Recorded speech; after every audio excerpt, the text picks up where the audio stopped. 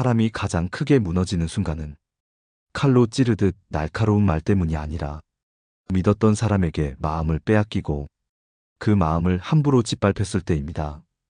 겉으로는 아무렇지 않은 척해도 속에서는 천천히 금이 가고 그 금이 깊어져 결국 부서지듯 우리는 그렇게 상처를 품고 살아갑니다. 더 안타까운 건 그 상처의 많은 부분이 사실 막을 수 있었던 것이라는 점입니다.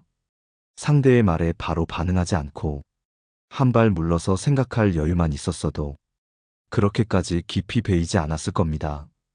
그러나 우리는 본능적으로 즉각 반응하려 하고 그 순간 감정이 우리를 끌고 갑니다. 한 번은 상담 중 직장 내 인간관계로 지친 한 남성을 만난 적이 있습니다. 그는 늘 팀 내에서 목소리가 큰 사람이었고 잘못된 일을 보면 참지 못하고 바로 지적했습니다. 처음엔 사람들이 원칙적인 사람이라며 인정했지만 점점 그의 말투가 거칠어진다고 느끼기 시작했고 그의 의도가 아무리 좋아도 불편해하는 사람이 늘어났습니다. 그는 말했습니다. 잘못된 걸 보면 그냥 넘길 수가 없습니다. 그러다 보니 싸움이 생기고 그 싸움이 결국 저를 더 고립시키네요. 그의 말에서 저는 그가 상처를 주는 사람이 아니라 상처를 받는 사람이었음을 알았습니다. 왜냐하면 그는 매번 감정의 전선을 가장 앞에서 홀로 감당하고 있었기 때문입니다. 그런 그에게 제가 전한 첫 번째 조언은 침묵을 배우라는 것이었습니다. 침묵은 무기이자 방패입니다. 말을 아끼면 상대는 스스로 더 많은 말을 하게 되고 그 안에서 스스로 모순을 드러냅니다. 또한 침묵은 우리 마음을 지키는 시간을 줍니다. 즉시 반응하지 않음으로써 우리는 감정이 가라앉을 시간을 벌고 그 사이 이성적으로 상황을 바라볼 수 있습니다.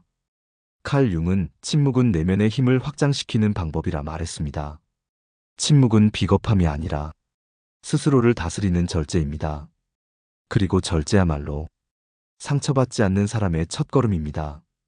그 남성은 처음엔 제 말을 잘 이해하지 못했습니다. 제가 침묵하면 상대가 이긴 거 아닙니까? 제가 지는 기분이 듭니다. 그의 솔직한 반응이었습니다. 아마 많은 분들이 똑같이 느낄 겁니다. 우리는 침묵을 종종 패배나 포기로 착각합니다. 하지만 침묵은 결코 패배가 아닙니다. 오히려 상황을 통제하는 주도권을 자신에게 되돌려주는 행동입니다. 말로 맞서면 즉시 감정전이 일어나 판단이 흐려지고 서로의 마음에 상처가 남습니다. 반면 침묵하면 상대는 더 이상 부딪힐 표적을 잃게 됩니다. 그 순간부터 그 사람은 스스로 감정을 주체해야 하는 입장이 됩니다. 이 원리를 가장 잘 보여주는 건 현실 속 작지만 인상적인 사례들입니다. 한 번은 한 직장 여성이 회의에서 억울한 상황을 겪었습니다.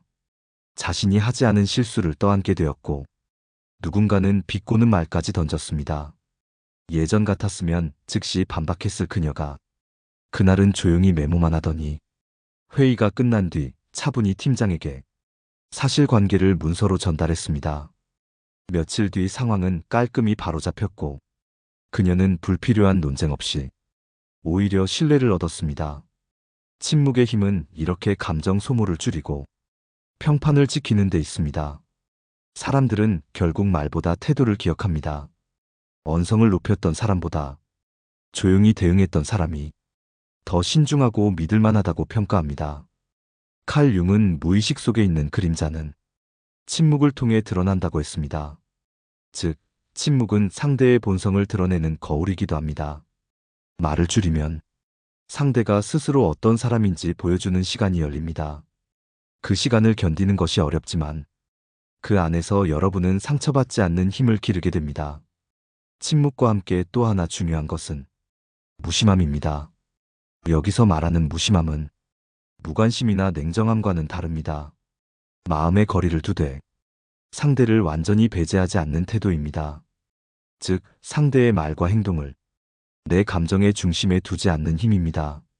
한 번은 오랜 친구 관계에 금이 간 중년 부부의 이야기를 들은 적이 있습니다.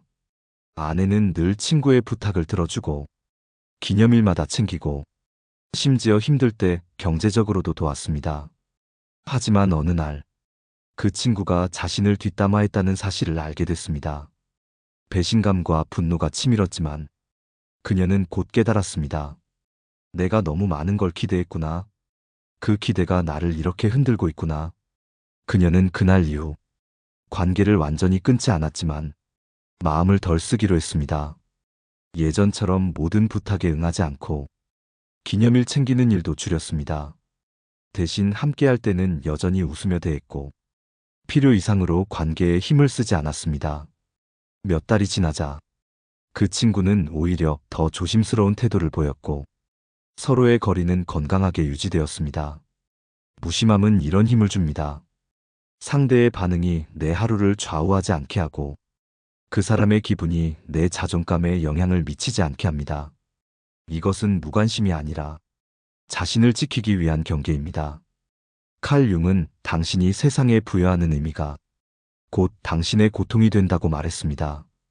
우리가 사람과 관계에 과도한 의미를 부여할수록 그 관계에서 받는 충격도 커집니다. 무심함은 그 의미의 비중을 줄이는 기술입니다. 그래서 상처가 깊어질 틈을 주지 않습니다. 이 태도는 처음엔 냉정하게 보일 수 있습니다. 하지만 시간이 지나면 여러분은 마음의 평온이 얼마나 값진 것인지 깨닫게 됩니다. 그리고 사람들은 오히려 여러분을 더 쉽게 함부로 대하지 못하게 됩니다.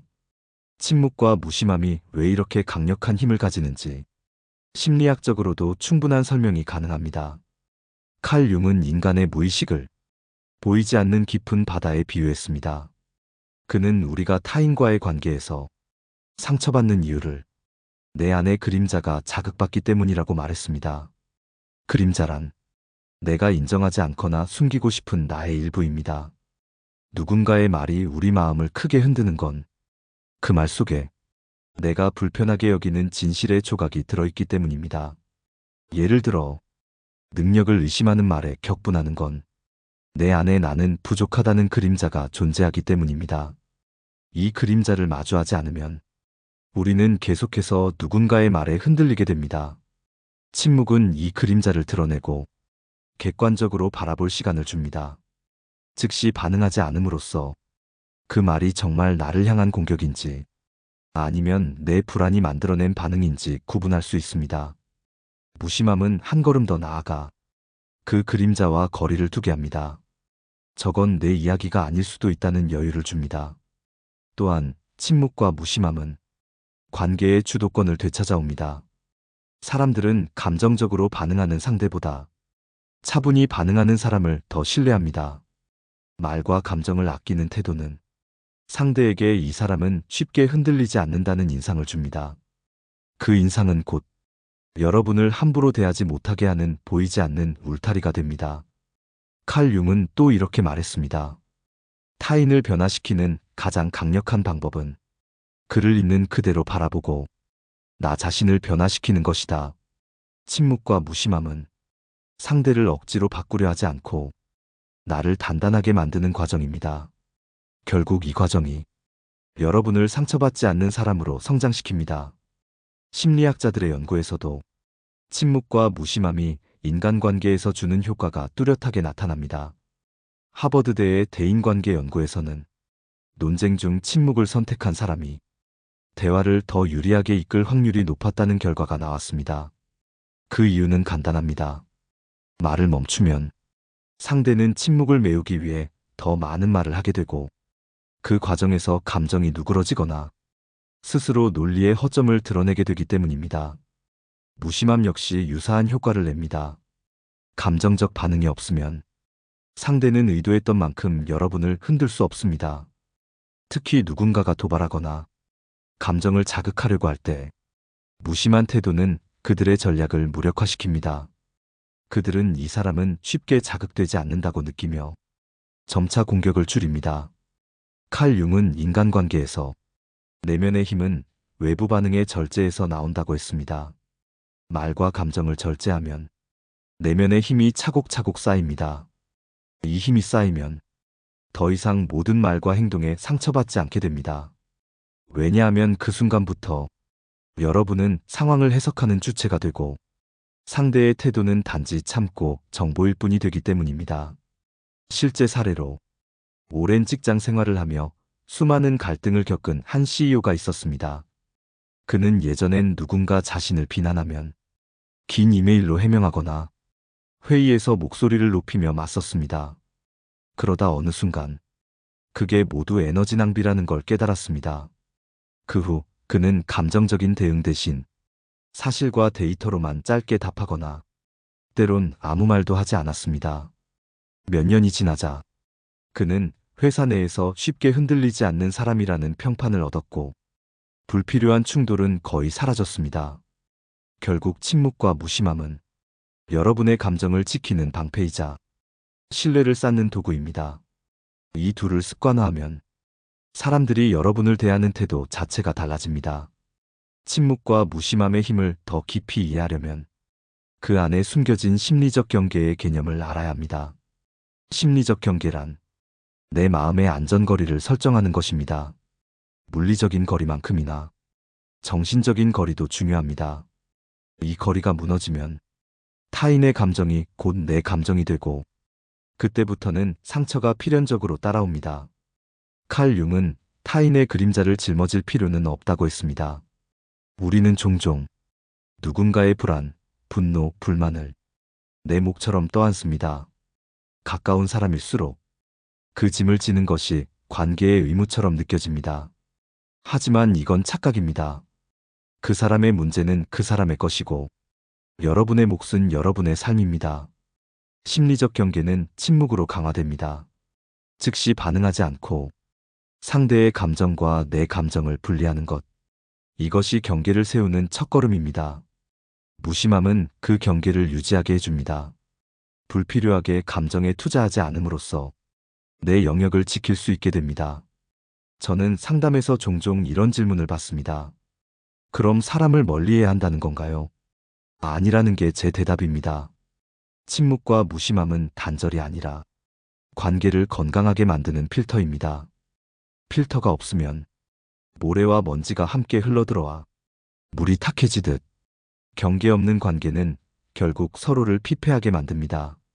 이런 태도를 꾸준히 지키면 주변 사람들은 자연스럽게 여러분을 쉽게 다룰 수 없는 사람으로 인식합니다. 그 인식은 곧 보호막이 됩니다. 굳이 목소리를 높이지 않아도, 굳이 선을 긋겠다고 말하지 않아도 여러분의 태도에서 그것이 느껴지게 됩니다. 칼 융이 강조한 것처럼 당신이 선택한 태도가 당신의 운명을 만든다는 말은 인간관계에서도 예외가 아닙니다. 침묵과 무심함이라는 태도는 여러분의 관계를 지키고 마음을 단단하게 만드는 운명을 가져옵니다. 결국 상처받지 않는 사람이 된다는 것은 누구의 말에도 전혀 아프지 않게 되는 완전한 무감각을 뜻하지 않습니다. 그보다는 상처를 받아도 그것에 휘둘리지 않고 내가 중심을 잡는 힘을 의미합니다. 침묵은 그 힘을 다지는 첫 번째 도구입니다. 감정이 치밀어 오르는 순간 말을 아끼고 숨을 고르면 그 짧은 시간 동안 감정은 가라앉고 상황을 객관적으로 바라볼 틈이 생깁니다. 무심함은 두 번째 도구입니다. 관계와 사람의 과도한 의미를 부여하지 않고 기대의 무게를 덜어내면 그만큼 실망과 분노가 줄어듭니다. 그리고 마지막 세 번째는 자기 내면을 꾸준히 들여다보는 습관입니다. 칼 융이 말한 그림자를 인정하고 그림자에 자극받지 않는 연습을 하는 것입니다. 이 과정에서 침묵과 무심함은 단순한 대인관계 기술이 아니라 자기 성장을 위한 수행이 됩니다. 여러분이 침묵을 선택할 때 사람들은 여러분을 쉽게 자극할 수 없다고 느낍니다. 여러분이 무심함을 유지할 때 사람들은 불필요하게 여러분의 경계를 넘지 않게 됩니다. 그 결과 상처받는 빈도는 줄고 관계는 더 건강한 균형을 찾게 됩니다. 오늘 이야기에서 꼭 기억하셨으면 하는 건 상처를 피하는 법은 외부를 바꾸는 게 아니라 내 태도를 바꾸는 데 있다는 점입니다. 침묵과 무심함은 그 태도의 핵심입니다. 이 둘을 꾸준히 연습하다 보면 여러분은 더 이상 작은 말과 행동에 흔들리지 않는 단단한 사람이 되어 있을 겁니다. 여러분은 오늘 하루 누군가의 말에 즉시 반응하기 전에 한 박자 숨 고르기를 해보시기 바랍니다. 마음을 지키는 건 작은 습관에서 시작됩니다. 혹시 여러분은 침묵과 무심함을 통해 관계가 달라진 경험이 있으신가요? 댓글로 나눠주시면 다른 분들께도 큰 도움이 될 것 같습니다. 오늘도 끝까지 함께 해주셔서 감사합니다. 다음 시간에도 여러분의 마음을 지키는 지혜를 나누겠습니다. 지혜의 숲이었습니다.